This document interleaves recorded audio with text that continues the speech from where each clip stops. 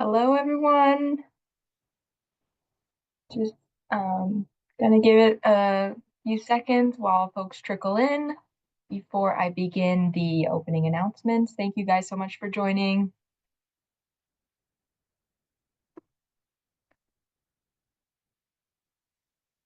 Hello, hello. I see people saying hello in the chat. Thank you.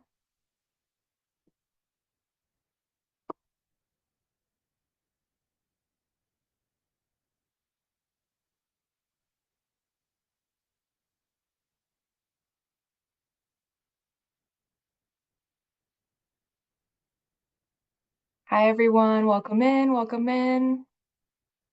Thanks for joining.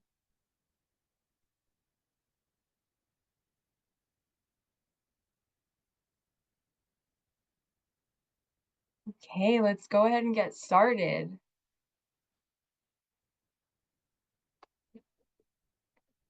Welcome to the 2025 Early Math Spring Seminar. Thank you so much for joining us. I'm Haley Gordon. I'm an Early Math Project team member. The Early Math Project team is really excited about today's keynote and breakout presentations. This is our schedule for the evening. We will begin at 6:05 in a few minutes with a keynote presentation by Dr. Chih-Ing Lim. There will be 7 breakout sessions to choose from, and those will begin at 7 o'clock after the keynote. You can go ahead and choose the breakout session that you want to attend the most. All of the sessions will be recorded and they can be watched later on. Please do note that Dr. Wesley's breakout session was pre-recorded.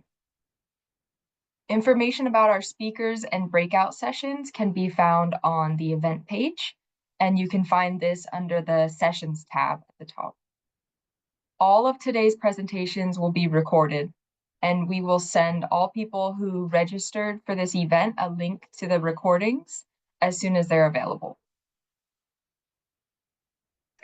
There will be an end of event survey after the breakout sessions, and we do read the survey results and we do use what you tell us to plan future events.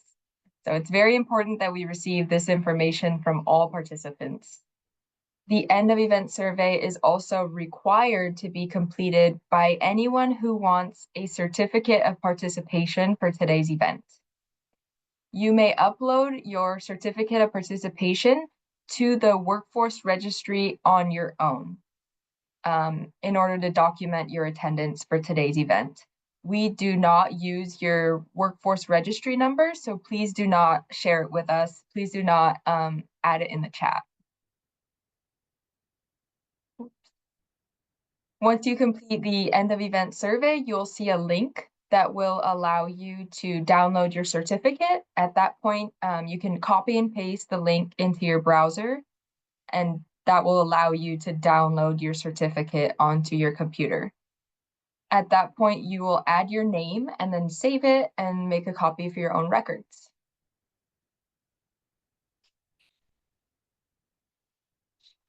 This video shows how to get your certificate.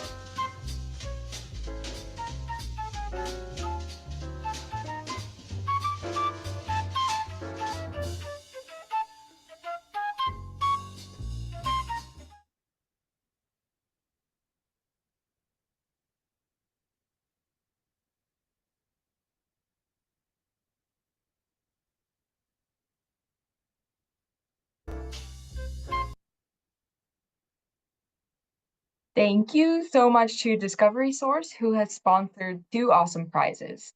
The winners will be chosen at random from the completed surveys. The Early Math Project also publishes a monthly newsletter. We would like to stay in touch, let you know about upcoming events, and periodically share new free resources. If you are not already receiving a copy of the Early Math Project's newsletter and you would like to receive a monthly update, you can go ahead and let us know in the end of event survey, and you'll start to receive those semi-regular updates. Please look for our virtual event swag in the event lobby. You'll find special promotions, puzzles, and STEM-related and play resources. Enjoy! We are so honored to have Dr. Chih-Ing Lim join us today for a keynote that will focus on laying a strong foundation for inclusive STEM. So without further ado, please help me welcome Chih-Ing Lim.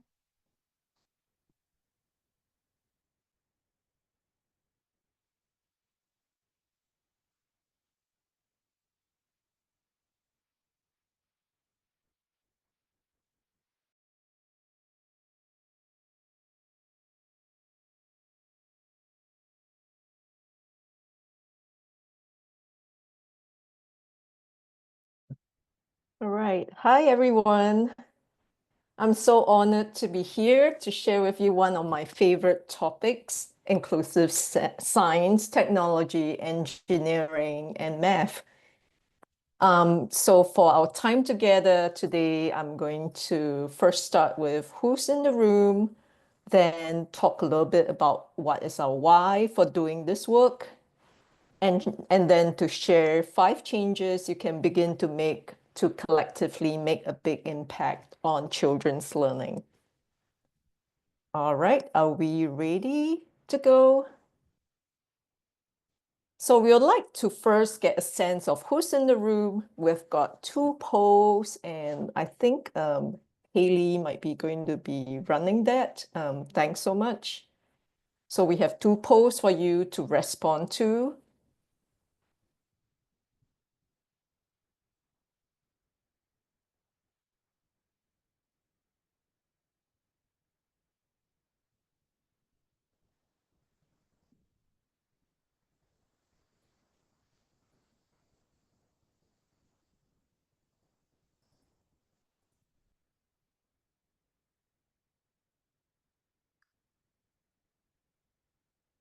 Okay, we would like to know what age group of children that you might be working with, or maybe you are a higher ed faculty who work with adults.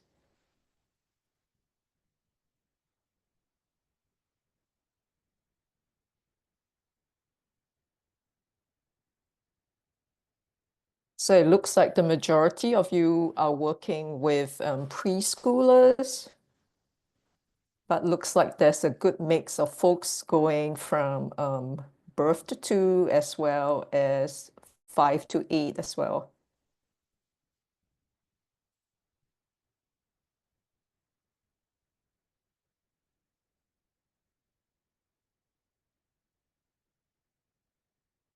And looks like we have folks who are representing all the different roles: teachers, childcare professionals, early childhood special education teachers, families, school leaders and administrators, childcare directors, coaches, as well as higher ed faculty. So thank you so much for letting us know a little bit more about yourself. So here are the results. So in the meantime, I also like to share a little bit more about myself. So my earliest memories of getting really excited about STEM was when my mom, who was an elementary school teacher, would take us on walks and encourage us to examine and collect the seeds or the flowers that might have fallen off from the trees. And, you know, sometimes we did get bitten by those big red ants as well. But, you know, I don't think that negatively impacted my love for science as well as math. And my very first experience with disability inclusion was playing alongside with my older cousin who was blind, and really watching how his parents advocated for him to be educated alongside with other children and students that resulted in him graduating with a college degree and living a life of dignity and independence. And this was in an era when people who were blind were mostly going door to door, selling candy. And so looking back, I think, these earliest experiences with STEM as well as disability inclusion really formed such a strong impression on me. And I continue to love scientific inquiry process, and these days mostly conducting experiments in my kitchen with recipes and being in nature with my family that you see here on the screen, and also continuing to be committed to the work of early childhood disability inclusion.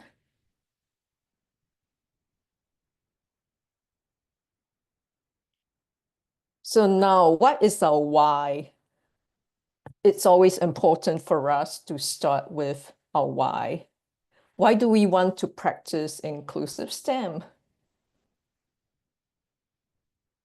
And the National Academies of Sciences, Engineering, and Medicine in their publication, Science and Engineering in Preschool through Elementary Grades, sums it up really beautifully in that opening sentence.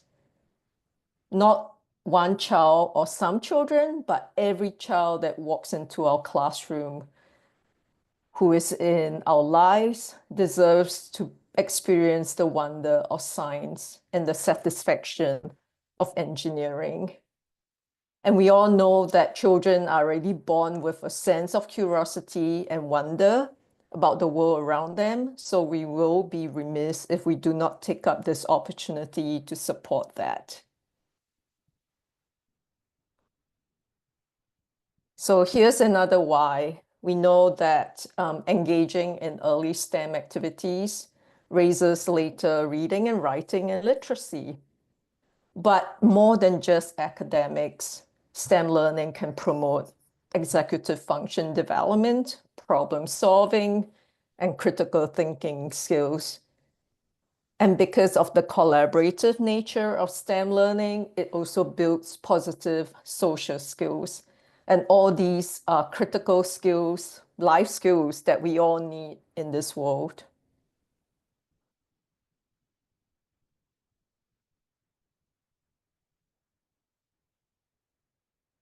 Okay, but what we know is that despite the why, there is an opportunity gap. It's not an achievement gap, but a lack of opportunities. Children with developmental delays as well as disabilities are often denied opportunities to learn STEM because sometimes STEM is just perceived as too difficult for them. But what we know is when we intentionally create spaces that are universally designed for learning and individualized when needed, children can be successful in what they do. So how do we begin to build the foundation for inclusive STEM? So here are just 5 ways to get started. So number 1, presuming competence. So first, we always need to consider our mindset. Do we see all children as being capable of engaging in STEM learning? Let's listen to some families, practitioners, as well as individuals with disabilities. It has to be a cultural change. Sometimes as early childhood teachers and parents and caregivers, we try to make things too easy for kids and we don't want them to be frustrated.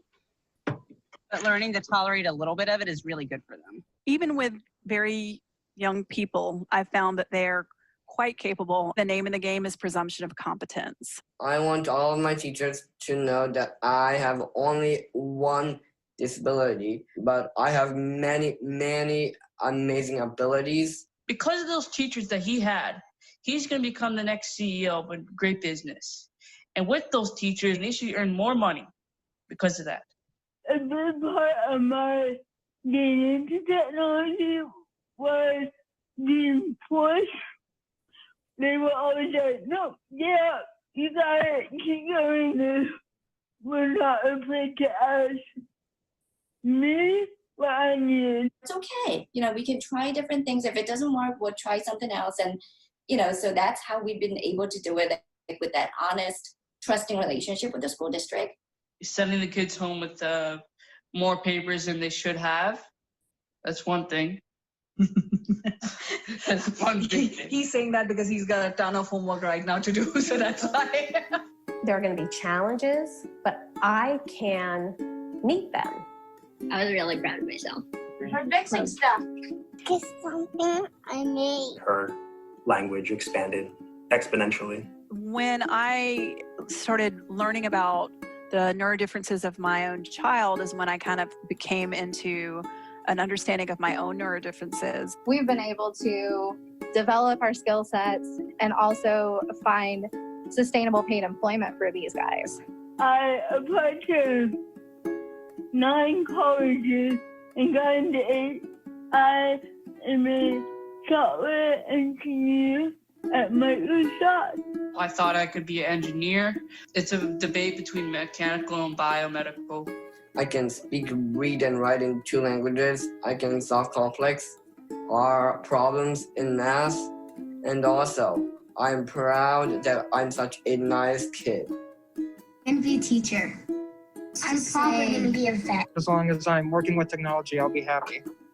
What you do right now is actually, it's almost like deciding a direction for this particular child. That's a big responsibility, It starts now, and it starts in early childhood. The younger you start, the more of an impact it will have. It really truly starts from the beginning. Because all kids can learn. Help people understand how amazing these neurodivergent human beings are and what they're capable of. You don't know what you're good at until you try it. When you fail, never give up. I can do whatever I put my mind to. How about you, Alex? Are you good? I'm good. You're good. Okay.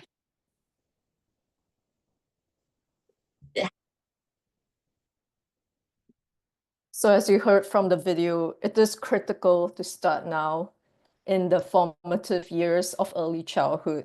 And also because children's attitudes about STEM and about themselves as STEM learners are formed early. And yes, I see Nico in the chat. Yes, I'll be able to share the video. It's this is just about 2 minutes of it. The full video is about 13 minutes. So I'll be happy to share that with the team.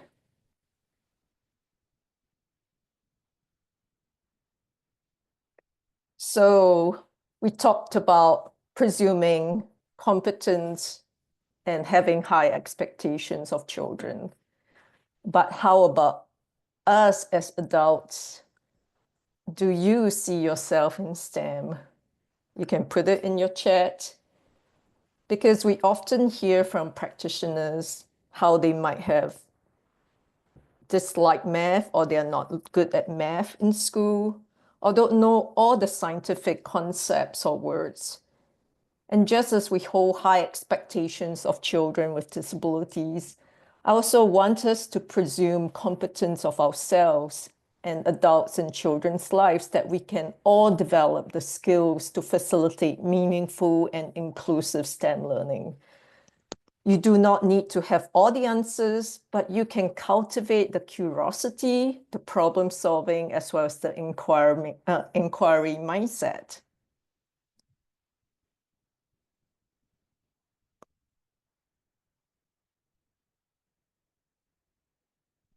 So point number 2 is to start with the child.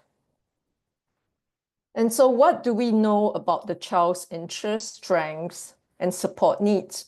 How do we find that out?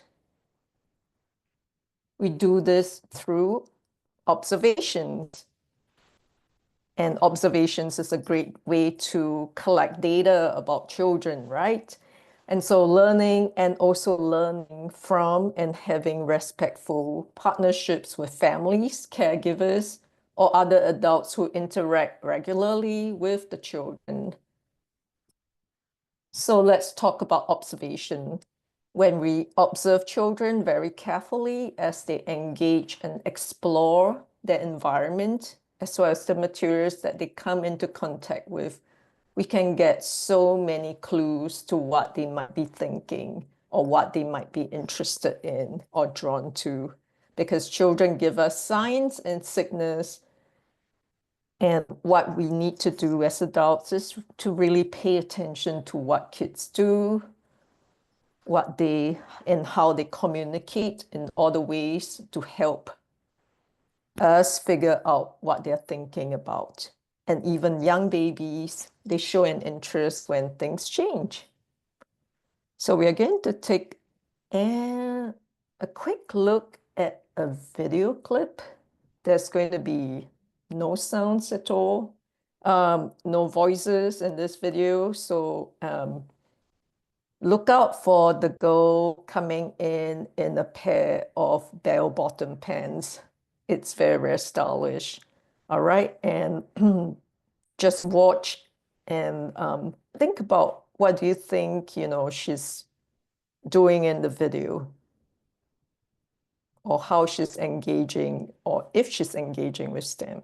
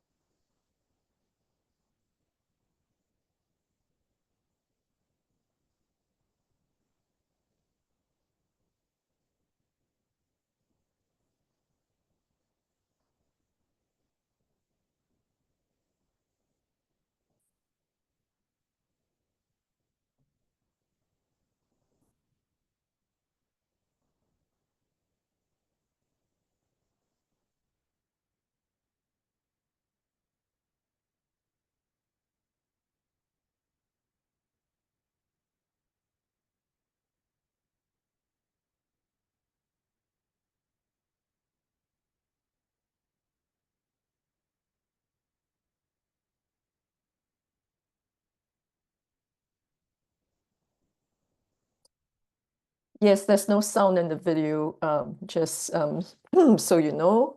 And I see some great comments about what you have observed of the child.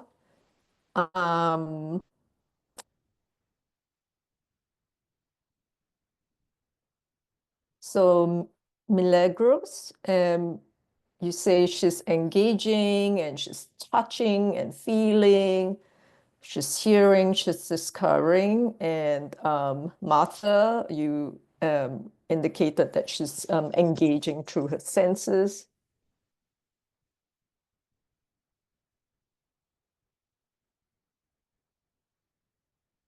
Yep, so she's definitely exploring. And you notice how the teacher had given her, so she's exploring about the magnet, and the teacher had given her another magnetic wand to try it out. And you saw how she was so curious about how it was like sticking together. And then she decided to try it to see if it was going to stick to her head as well. And so she was thinking, this is, something is happening here. Yes, and Jacqueline, that's exactly what she's doing. She's exploring the magnets and really experimenting with them.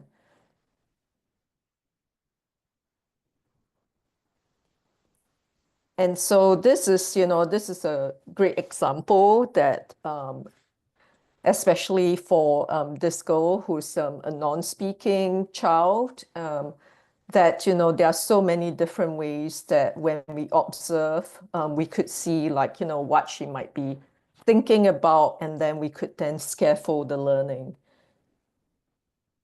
And when we start finding out how she's thinking, then it can, it reminds us of what a child can do.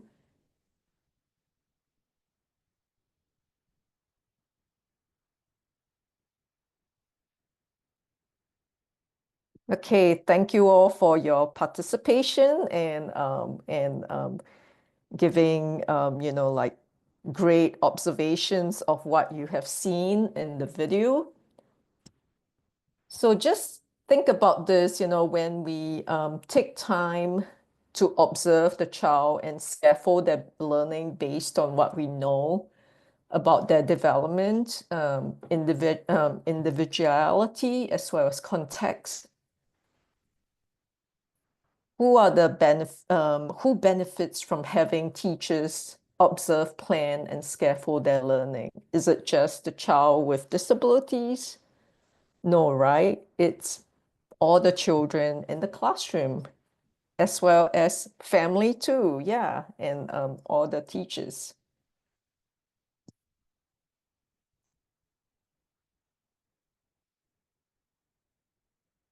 So at the same time, we also believe that children's thinking follows a path or a developmental progression. And all children follows the same path, just that some of them start in different places, and some of them might meander through the path in like different ways. And you have to know where they are so that you can help support them in moving along the path to the next level of thinking. So building up from where they start, we call this the learning trajectories approach. And this is a strengths-based developmentally approach to supporting teachers in practicing inclusive STEM. So we have built this on Dr. Doug Clemens and Julie Saramer's work on math learning trajectories. And we have developed ones for science, technology, and engineering. And so the three components are the goal. So where are you trying to go with the child? And then the developmental progressions. Where are children now? And what are the next levels? And then with the instruction, it's like, how can you get there? And this includes like guidance and facilitation from adults, including adaptations and individualizations needed to support all children in their learning.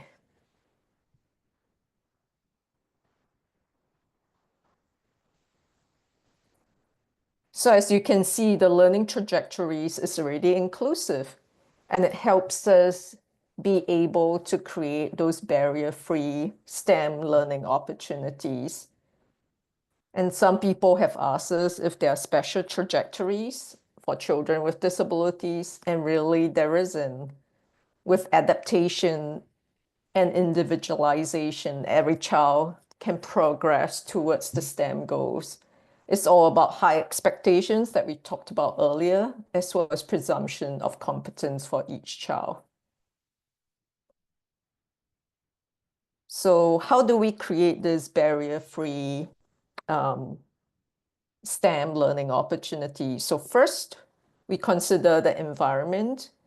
So thinking about the room setup, positioning of the child so that they can reach for the materials, how the activity is done, including the length of time. We might also want to consider the social environment, which includes peer interactions as well as adult interactions. And then we consider the materials that we have in the room, which I'm sure, many of you think about that, like having a variety of different size blocks, for example, so that all children could access it.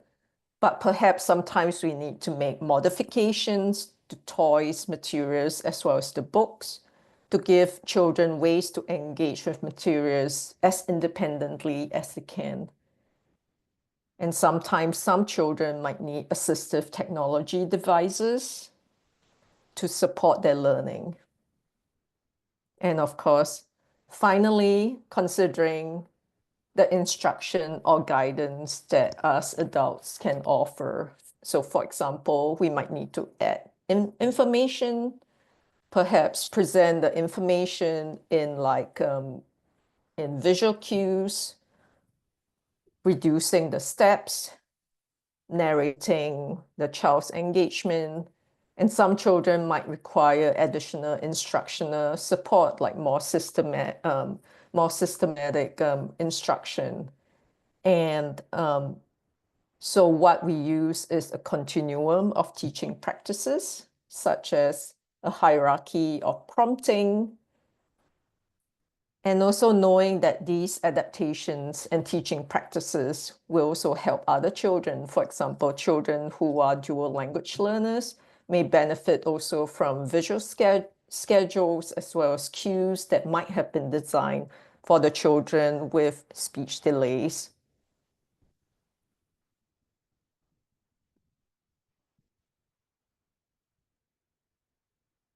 Okay, and here you see some examples of material adaptations. And you see that they do not have to be expensive.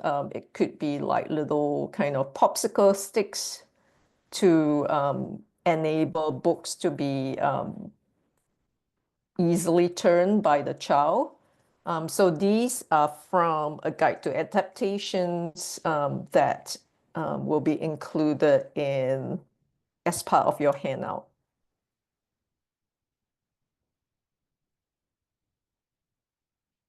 And I think sometimes when we think about STEM, we think about a grand, huge project, and we're unsure if we ever have time to do that. But remember, small changes and baby steps, such as embedding STEM within everyday routines and activities, can make a difference too. So for our youngest learners, it may happen during diaper changing. So you see an example here where you can say, first, I'm going to lift up your legs. Then I'm going to slide the clean diaper right under. So by introducing this STEM talk at diaper changing, you're already starting to introduce some of the spatial awareness concepts, some of the spatial vocabulary, under, up, and so on. And for our older learners, it may start with a problem that is relevant to their daily experiences and can be solved with the materials that you set up in their environment.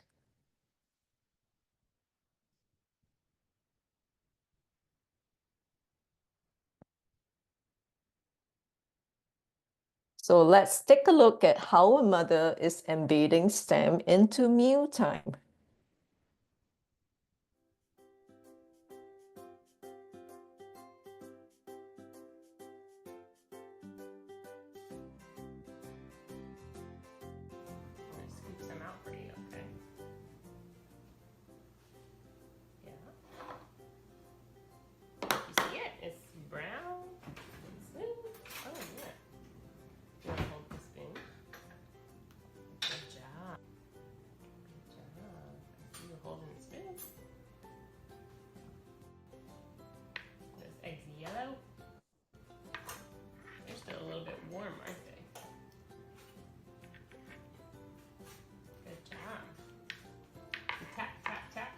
That noise you're making.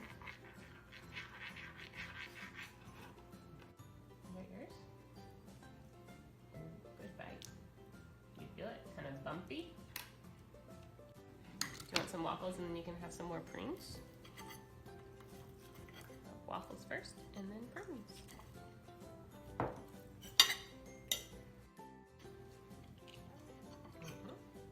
Good job. Okay, you had some waffle, and now we're going to next have some prunes. Can you hold the spoon?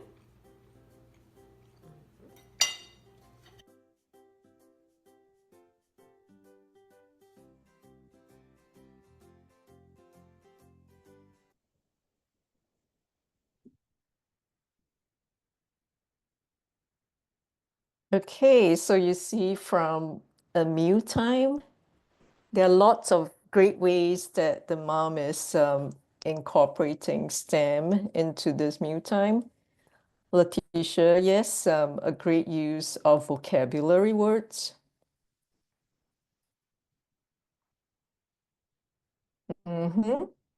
And Diane, thanks for saying, yep, giving the baby different textures of food and also talking about it, right? She talked about the texture as well as the temperature, like she talked about it being a little warm. So lots of just wonderful interactions there.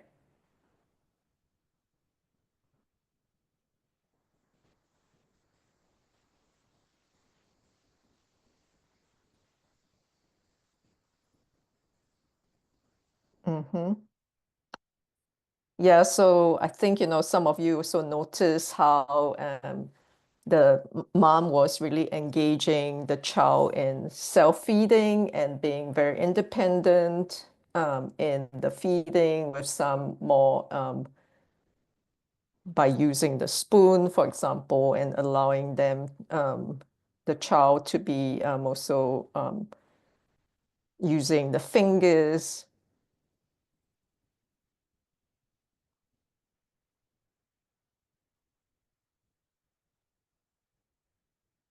Yep, and I see lots and lots of comments about the vocabulary.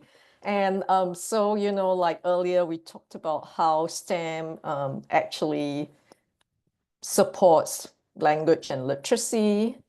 And this is just a great example of how it does that.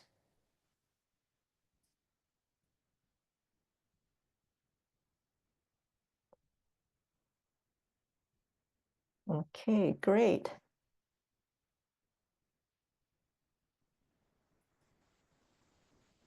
Thanks for all your wonderful observations in the chat.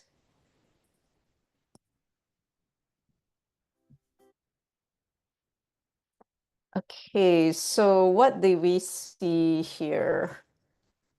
So it was clear that, the mom had set up and made some adaptations to the environment as well as the materials. Well, the child loves prunes. And so, the mom was saying first the prunes, first waffles, then the prunes. And so the first 10 are just, foundational computational thinking skills that could be also like nurtured at this like early stages. And then she waited for, the child to be initiating the interaction by using some wait time.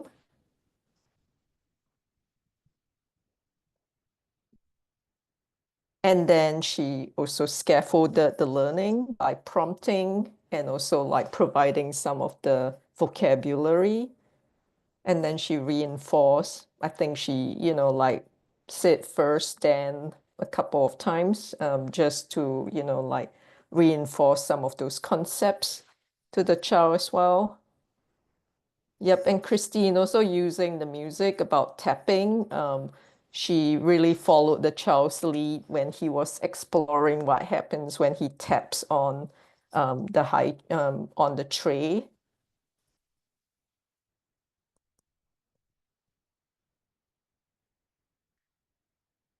So here's the last point, and also a very important one. So always look for the helpers. And the beloved Fred Rogers is often quoted saying what he learned from his mother. Look for the helpers. There are always people who are helping. The work of inclusion and STEM cannot be expected to be just on the shoulders of teachers and childcare professionals. At the beginning of this session, we saw how we have an entire tapestry of helpers in this room tonight with us. Families, early childhood teachers, special education teachers, childcare directors, coaches, faculty. And this tapestry of helpers is critical because all of you have a role to play. We know from years of research on inclusion as well as implementation science that to ensure sustainability and use of evidence-informed practices that can bring about positive outcomes for children, we need more than just training and coaching teachers and professionals to become competent and confident. We also need organizational support and drivers, such as are we using data, such as observation notes, progress monitoring, information from families to inform how we are planning for our experiences. Is there collaboration amongst professionals? And last but not least, how are the leaders supporting the implementation? And Rebecca, thanks for summing it up. Yes, together we are a village. So let's now take a look at this video to see how a child with autism is included in a building activity. When you're watching, you can also type into the chat what you hear, what you see about how the adults are making it happen in the classroom.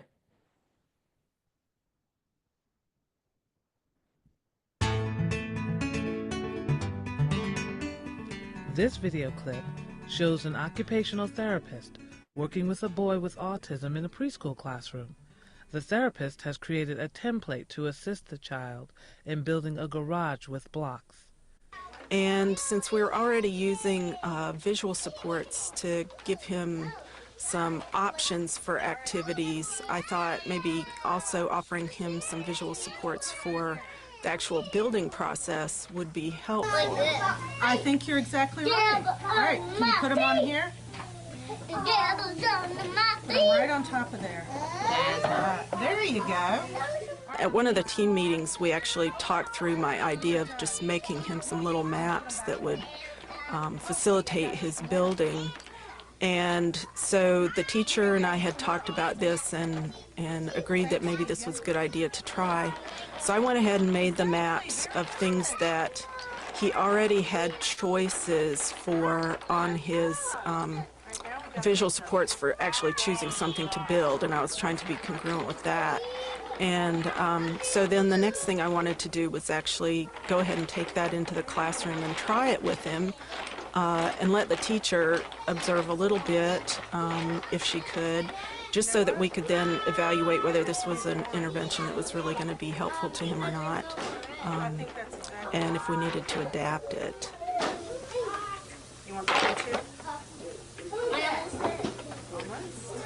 All right. Now.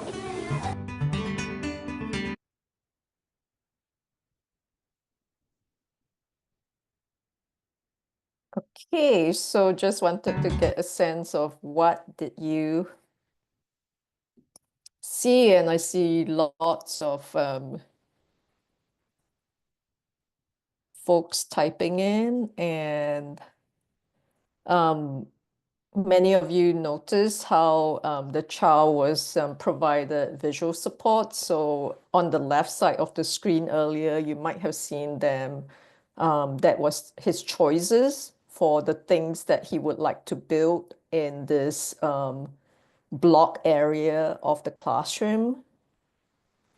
And then I see so many comments about one-on-one work. Yes, it is one-on-one, but I think, it's very much part and parcel of like playing. Right now, it might be more like parallel play with the rest of the kids, but later on, we do have another video, not right here, but like you see how the occupational therapist is actually like getting one of the peers to also be to join in the play.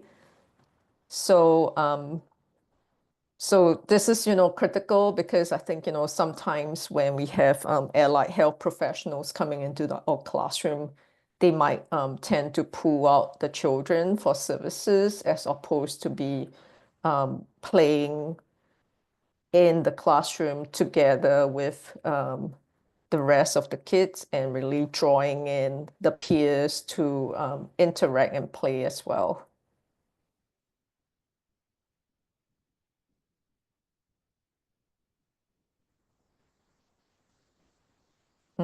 And so even though the OT is the one who is like working right here, the teacher, she's actually modeling and trying out her idea, and the teacher is actually watching and learning so that, when the OT is not there for the other 4 days of the week, the teacher could then, like try it out with the child as well.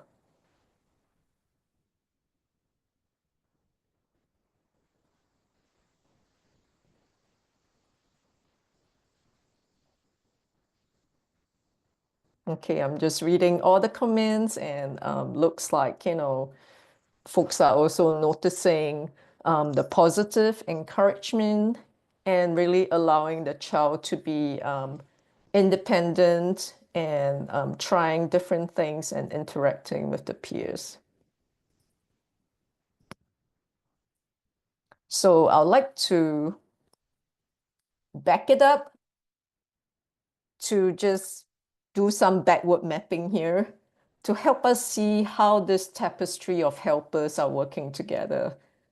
So at the classroom level, this is made possible by the teacher working with the therapist as a team to embed the instruction within the daily activities and routines.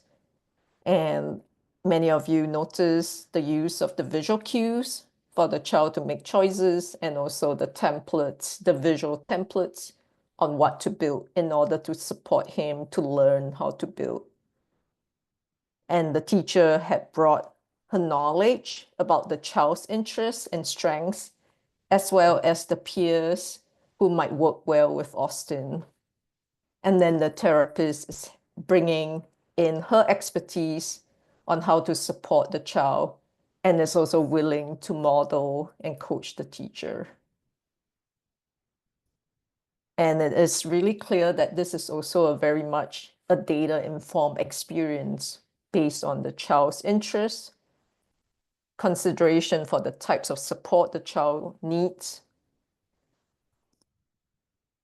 But you see, these classroom practices cannot happen just by themselves, right?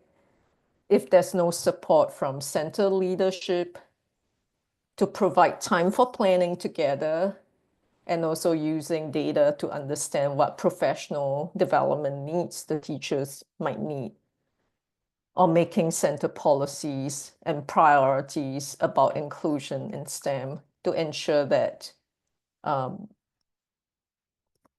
teachers are well supported. And also zooming out much, much further, the system and policies also need to be in place to support program and classroom practices. So for example, data-informed decisions, guidance around teacher-child ratios, for example, professional learning for leaders and teachers, inclusive and STEM practices as part of pre-service for teachers and therapists as well. So it really takes every single one of you in this tapestry. And I know that Veronica, you also talk about definitely peer interactions too. Yep, peers are so much part and parcel of that tapestry to make inclusive STEM happen for all children with and without disabilities. So I think we have just a minute, and I'd like you to think about, in your role, what is one action step you can take now to promote inclusive STEM opportunities for young children? What is one change that you can start making now?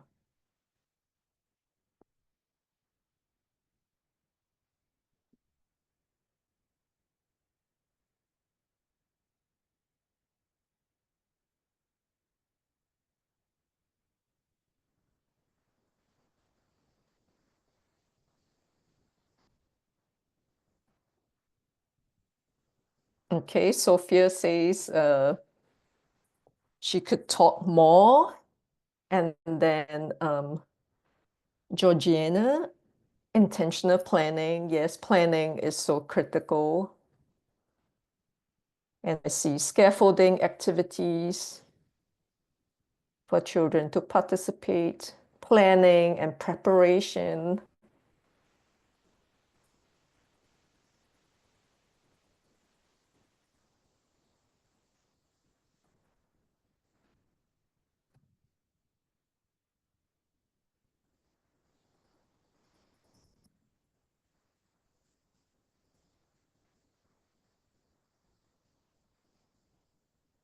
Okay, visual cues. I see modifying items for the classroom, working with the environment, individualized support, dedicated STEM time.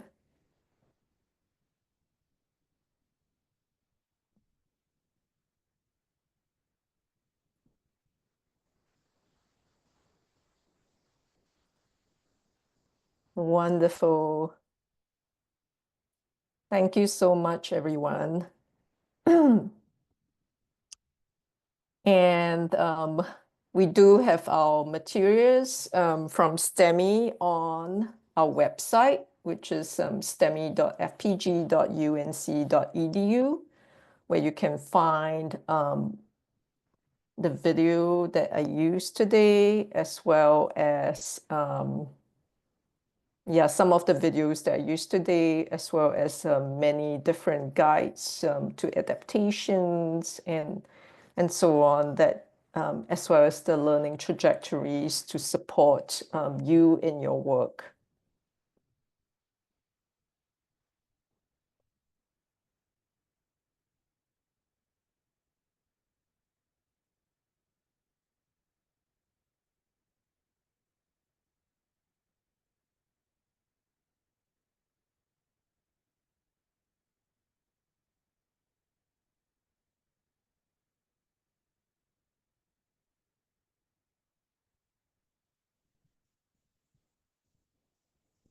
So thank you, everyone. It's been my pleasure being here with you today.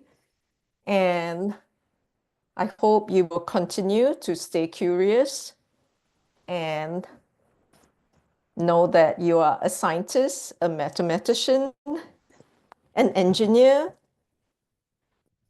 Enjoy STEM learning with all the children in your classroom. Thank you.